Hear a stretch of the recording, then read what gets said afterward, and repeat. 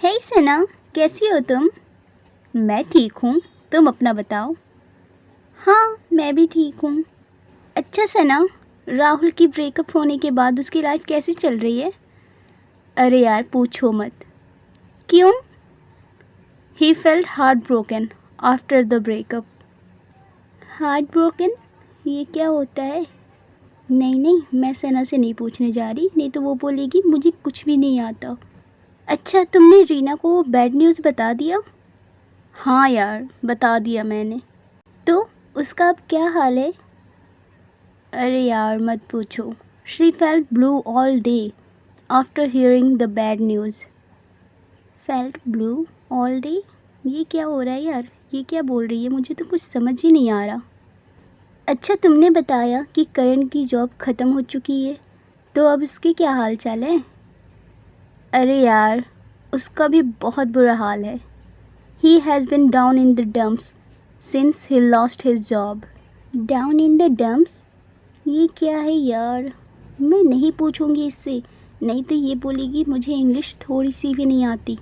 मैं नहीं पूछने जा रही इससे कि इन सब की मीनिंग क्या होती है। अच्छा, आज तुम बहुत खुश नज़र आ रही हो। ये बताओ आज तुम खुश क्यों हो?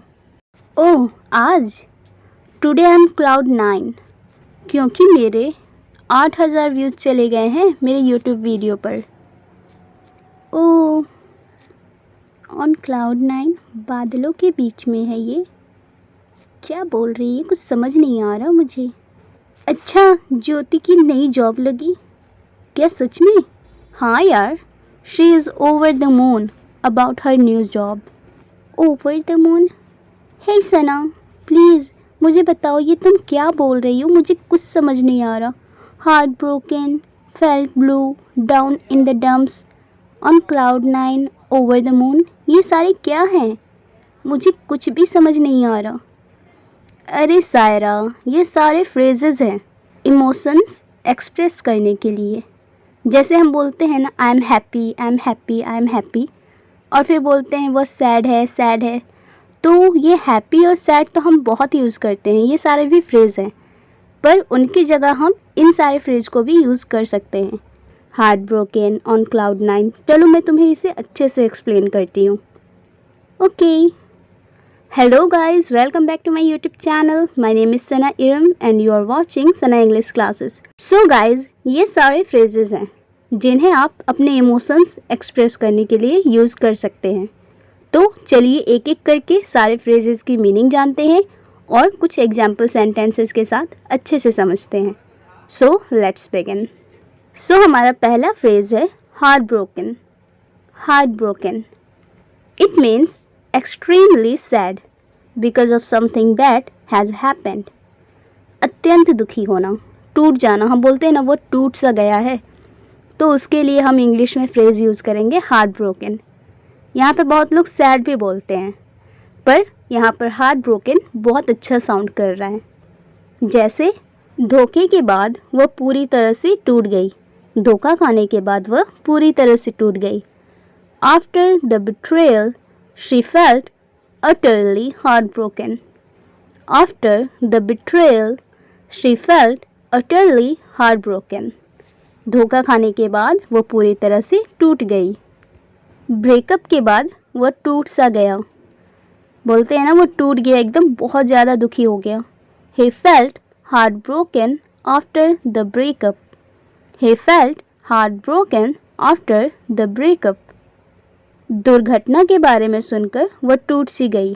किसी के रिश्तेदार की दुर्घटना हो जाए, एक्सीडेंट हो जाए, तो अगर पता चले तो वो बहुत दुखी हो जाता है, टूट सा जाता है।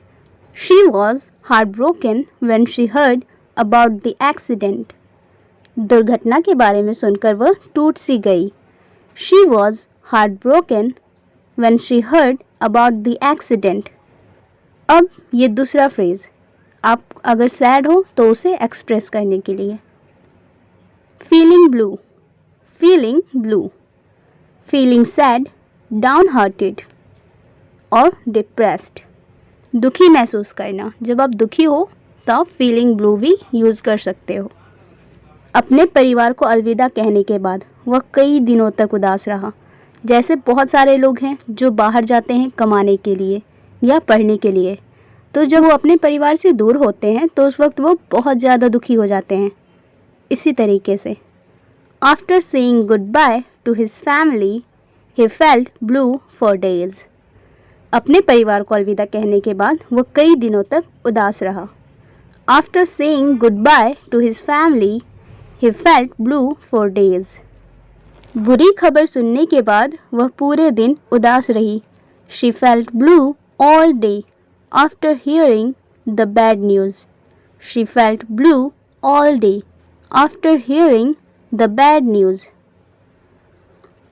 कभी कभी ऐसा होता है कि आप सुबह उठो तो आपको बहुत सैडनेस लगती है, उदास महसूस होता है। तो कभी कभी मैं बिना किसी कारण के उदास महसूस करके उठता हूँ या उठती हूँ। Sometimes I just wake up feeling blue without any reason. Sometimes I just wake up feeling blue without any reason.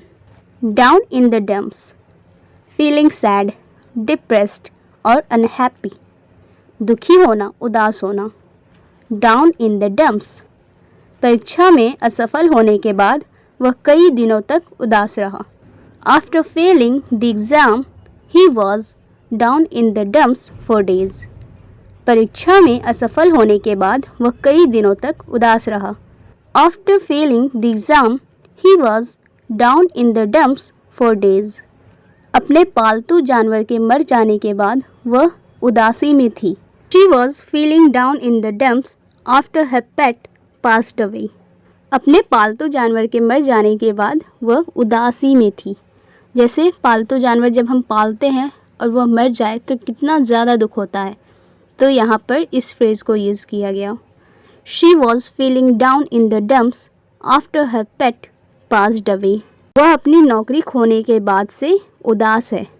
He has been down in the dumps since he lost his job.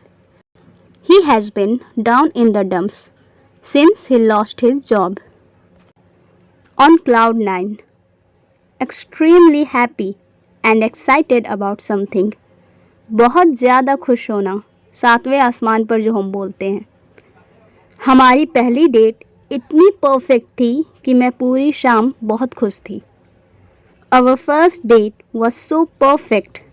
I was on cloud 9 the entire evening. हमारी पहली date इतनी perfect थी कि मैं पूरी शाम खुश थी। Our first date was so perfect. I was on cloud 9 the entire evening. जब उसने उसे प्रपोज किया तो वह सातवें आसमान पर थी, यानी बहुत ज़्यादा खुश थी। When he proposed to her, she was on cloud 9.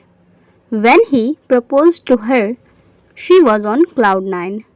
जब उन्होंने सुना कि वे दादा दादी बनने वाले हैं तो वे बहुत खुश थे। They were on cloud 9 when they heard they were going to be grandparents. They were on cloud 9 when they heard they were going to be grandparents. Over the moon. Over the moon. Extremely happy. किसी बात को लेकर बेहद खुश और उत्साहित होना। उसकी टीम चैम्पियनशिप जीतती है तो वह खुश हो सकती है, यानी चांसेस है कि वह खुश हो सकती है। शी कुड बी, खुश हो सकती है।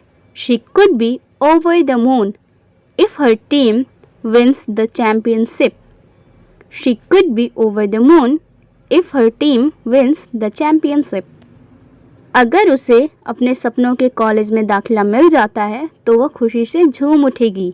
She will be over the moon if she gets accepted into her dream college.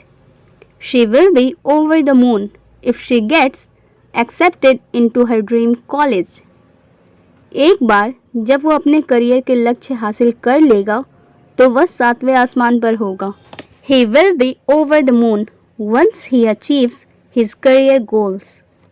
He will be over the moon once he achieves his career goals. वह अगले महीने शादी करने जा रहा है, इसलिए वह बहुत खुश है। He is over the moon because he is getting married next month. He is over the moon because he is getting married next month. जब उन्होंने प्रतियोगिता जीती तो वे बहुत खुश थे। They were over the moon when they won the competition. They were over the moon when they won the competition. उसे अपनी नई नौकरी से बहुत खुशी है। She is over the moon about her new job.